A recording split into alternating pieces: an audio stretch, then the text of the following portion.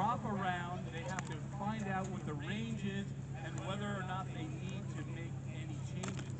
So the gunner is really the #1 man in the squad, and he carries the mortar, the bipod, the aiming stakes, and he's responsible for the safe operation. The assistant gunner is the #2 man in the squad. He's responsible for preparing the rounds for firing and loading them into the tube.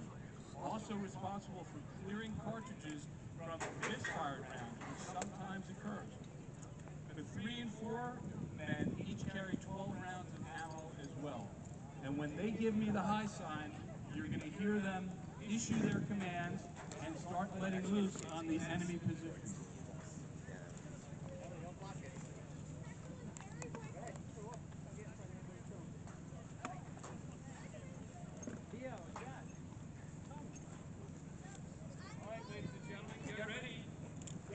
Boom.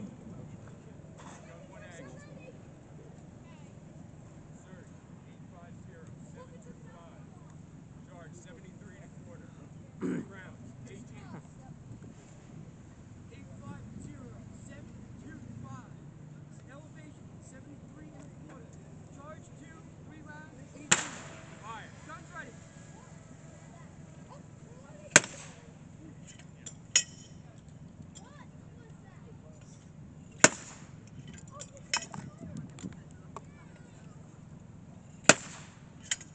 Rounds complete. Down 10, left 30. Fire. When you're ready. Down 10, left 30. Ready to fire. Fire.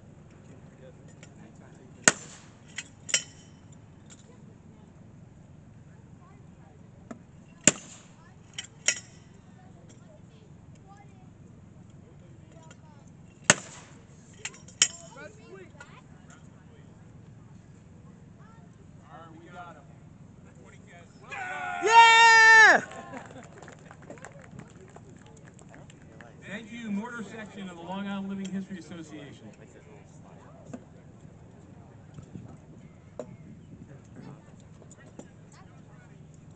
Once the mortar men go back to the safety of their lines, we're going to have 2 more demonstrations today. The next will be the 1919 machine gun, an M1919. Does anybody have any idea why it would be called a 1919? Made in 1919. What's that? Made in 1919. You are correct, sir. That is it. The Army didn't have a lot of imagination, so many things, like for instance, a jacket might be called an M41. Why? Came out in 1941. Or the M43 jacket. Can we guess what year that came out? 43. You guys are good. You've been paying attention. Thank you.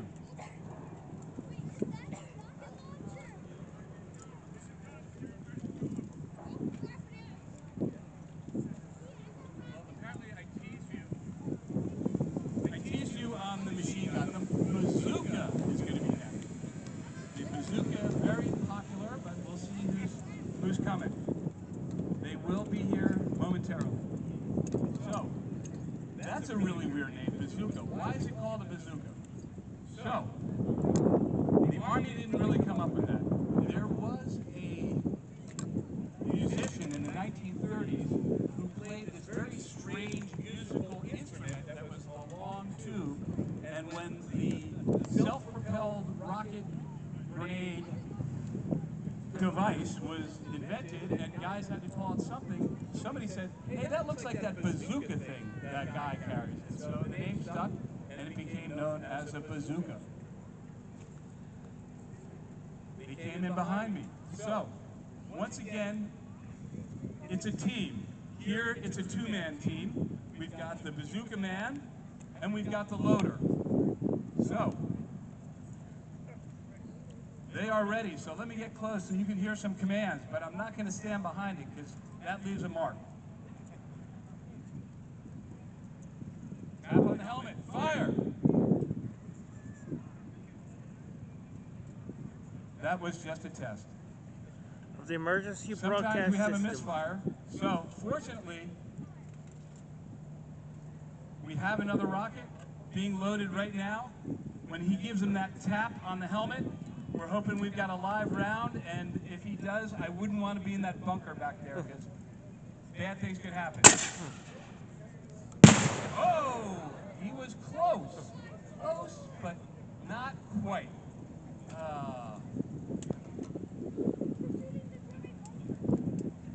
Well, you can't always win, but still, I think I saw the Germans heading somewhere towards, I think, Jones Beach. I'm not sure.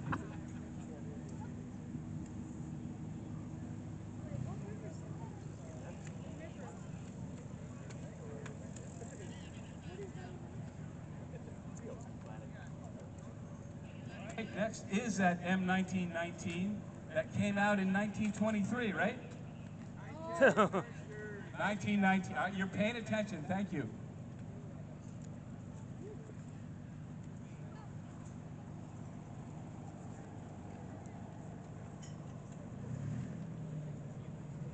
So the M1919 had an effective range of 1,500 yards.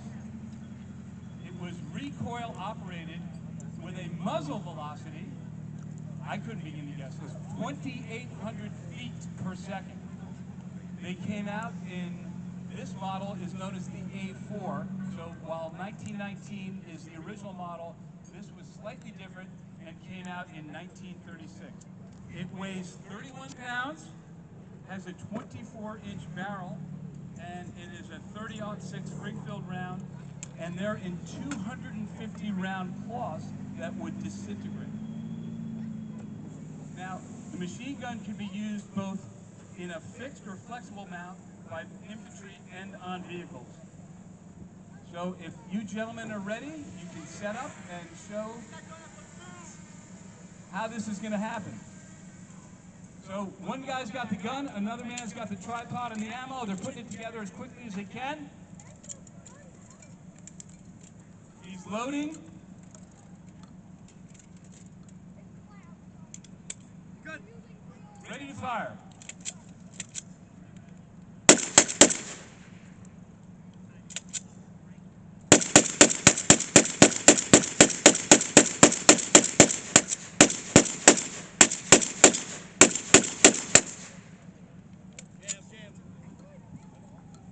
They can move, an effective weapon. If you were starting infantry, you would not want to be coming this way. Cease fire! Unload that gun.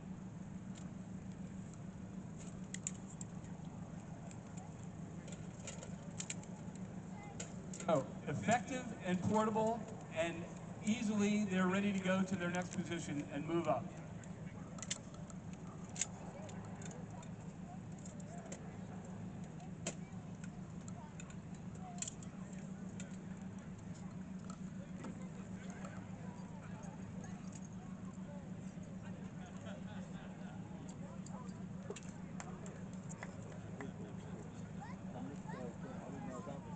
Not entirely historically accurate because it would usually be the littlest guy who had to carry the heaviest piece. So. Colonel Halloran, is that about right? Thank you all for your attention. Hope you learned something. Thank you. Now, ladies and gentlemen, we have the Beast is about to make its appearance. It's the M74 recovery vehicle. All right, gentlemen.